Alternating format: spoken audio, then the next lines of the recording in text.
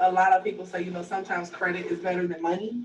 So personally, definitely, how do you feel about that statement? It all depends. So you need to be able to utilize the cash to be able to develop the credit. So if you don't have the credit, you're not qualifying for credit. You want to use the credit as leverage to be the cash as a tool to be able to establish the credit. So like going to the bank. So if you got $1,000 cash, you go to the bank and say, hey, I want to open up a secure CD or a secure savings account. All right, they're going to say, okay, I want to pay this back in 48 months. So they're going to give you an account. You're going to pay them X amount of dollars per month. They're going to report that to the credit bureau. So that's how you create your own trading lines. So you use the cash to get the credit. Okay, I have a question for you though. Yeah. I know we have a very wide range of listeners, but for our younger listeners, could you give us some simple tips on how to start good credit and make good decisions with your credit? Well, it starts in the household. So this is the type of stuff that should have been passed on from generation. But since this stuff wasn't taught inside of our curriculum in school, we fell behind schedule, especially in our race and our culture. So these are the things. So technically, the kids should already be set up having a basic understanding of finance and credit and stuff like that. Joe Blow should already been ready to roll. You know what I'm saying? Get his own credit card as soon as he turned 18. But instead, he's receiving credit card offers in the mail. You know what I'm saying? Without understanding credit. So a lot of us get into credit without understanding. So we just run it up and mess it up, and then it's hard to correct and fix as opposed to just building stuff up from the ground up correctly. So look, I must ask, okay, this is a little juicy question. So you have 800 credit? 800? Yeah. No, I don't have 800 per. I have 700 in personal. I neglected my personal once I realized the business side of things. So I went back to my personal credit later. It got to the point where, because I had a credit repair company. So having a credit repair company is a big responsibility because you tend to aid to other people and kind of neglect yourself. And then when I ventured over to business and realized that you don't need your personal to navigate business, I kind of like backtracked and went back to the personal credit later. In order to get to the 800, that's when you start having like they call it wealth assets. So like speed boats, jet skis, stuff like that. You know what I'm saying? So those are your more real estate. And once those things start reporting, then that's when you get into the 800 and stuff like that. So I ain't got my jet skis and stuff like that. Coming soon. I was just about to say, for the people who don't have the speed boats and the ski boats just yet, what would you instill into them? What would you suggest really? Like, would you suggest the department store credit card? Like, what would be the first initial establishment of credit for that younger audience that I was speaking on before? On the personal side? Personal side. The secured accounts. So always, go to that bank, get those secured CDs, so those secured savings accounts. Also, you can get secured credit cards. Those are still good because the thing is, you have to season the profile, so you have to have a multitude of different type of accounts. Now, just to dumb down secured account, explain what is a secured account. Secured just means that you're putting up your money.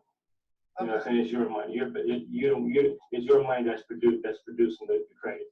So if you have a secured credit card for $500, that means you're securing it. That don't mean you're securing it with with $500. But most of the time you're matching the credit card company or the bank. Sometimes they might just require 50% down instead of 100. Depends on your credit. Now, speaking of credit, I always feel like you have to speak of the entrance on just credit, because this money, credit is not free. Well, it's not free, and it's me. You have to know how to.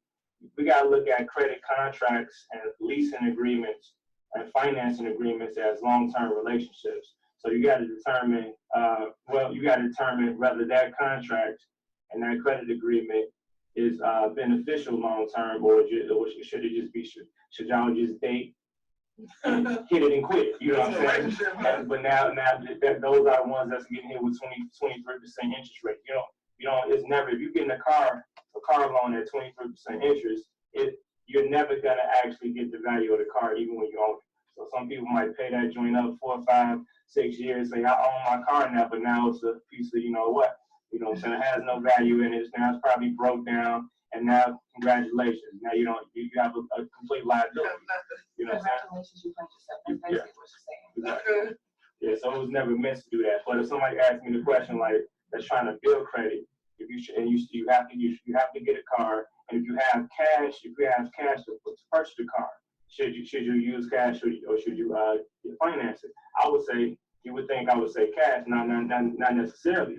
I would say find a private lender. Say if you get $20,000, find a private lender to that has your vehicle for $20,000. But then find a finance company that has the same vehicle but around the same amount. So even though their finance charge might be through the roof, you don't have any intention on being in a long-term relationship with them.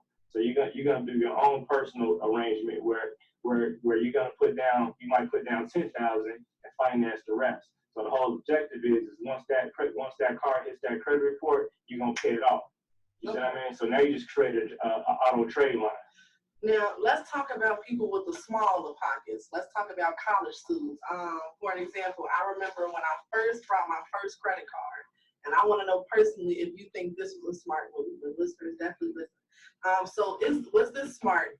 For my first credit card, I got a card approved for Victoria's Secret, and I thought a good way to build my credit was basically maxing out that card and just paying monthly on it. Is that a good way to build your credit?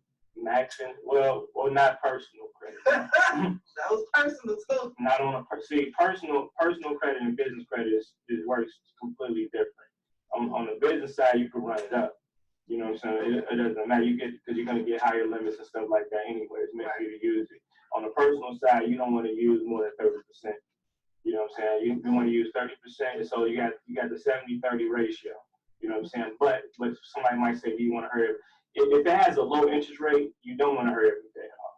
You know what I'm saying? Now, if it does have high interest, hurry up and pay it off. But if it's has feasible interest, you don't want to hurry up and pay it off because you want to utilize that card in that relationship to establish credit history now.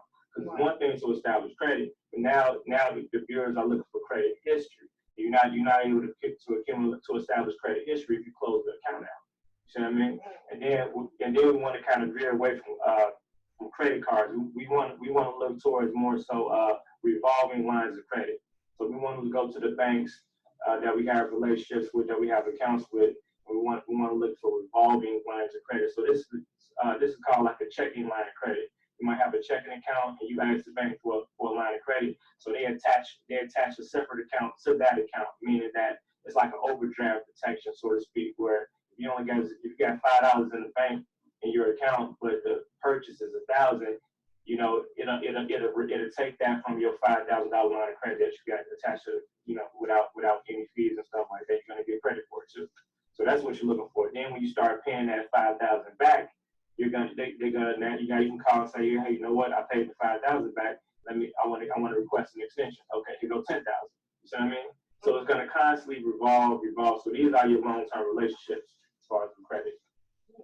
Okay, so I wanted to touch base on earlier what you were talking about, personal credit versus business credit. Now, I know a lot of people, we came to a lot of Black businesses, our demographic being Black.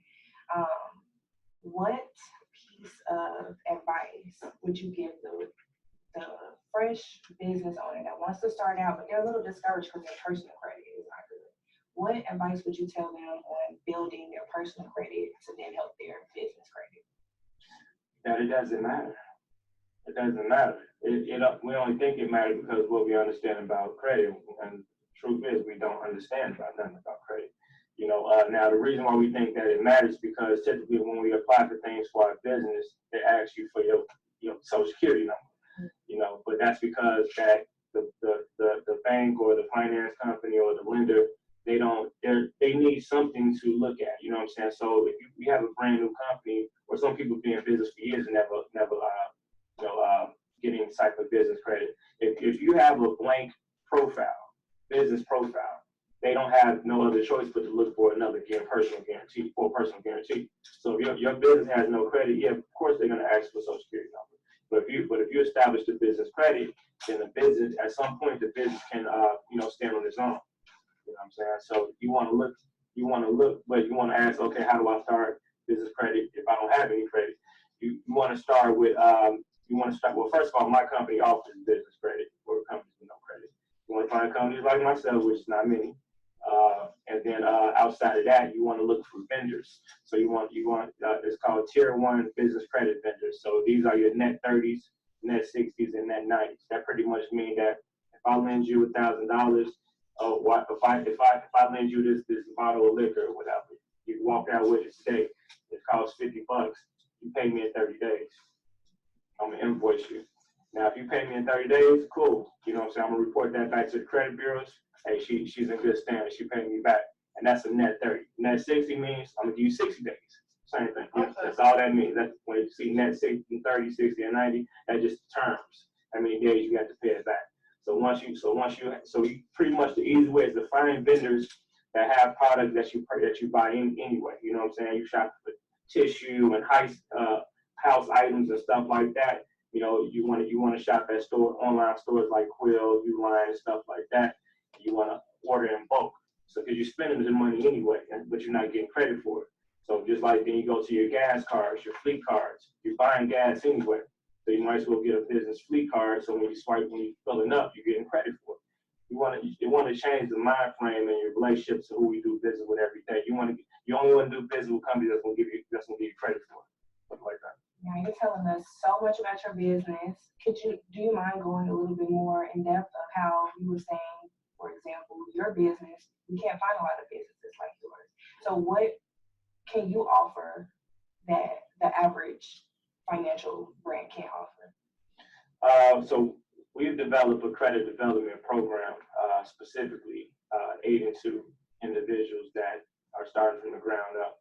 You know, we have a net 30, net 60, net 90, programs, and we pretty much broke it down into credit memberships.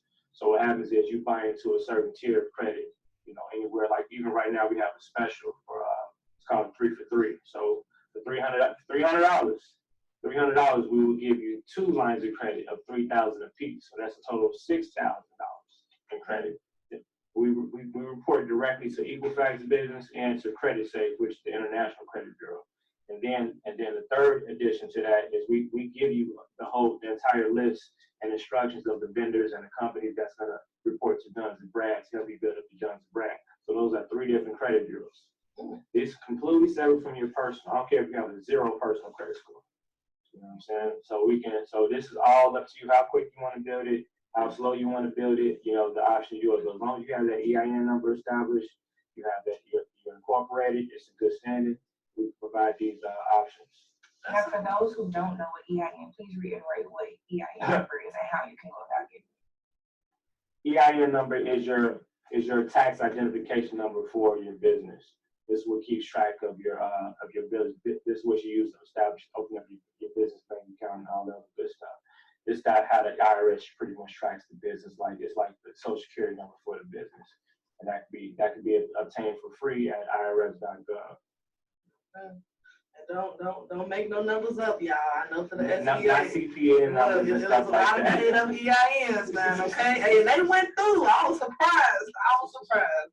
But I definitely want to say shout out to you. You do a lot. You're super, super dope. Real quick before we end, let everyone know where they can find you, keep up with you, and anything that you have coming up or going on. On Instagram at Generalhail Razor. That's GENER HAILRAZOR. You can contact the company Trade Capital for Business Credit, toll free at 888-597-8825, extension 101. Anybody calling from the juice will get automatic additional discounts on whatever. Hey, y'all better call. And that's pretty much it. I'll probably be back in Atlanta next. And I'm going on tour next actually on this too. I'm on throughout the whole year, state to state. Oh, nice. We're gonna be watching. Okay. Y'all heard him. Make sure y'all stay in tune. Follow him on all social media platforms. Okay. He about to be on tour. Okay. So look, stay tuned with us. We'll be right back.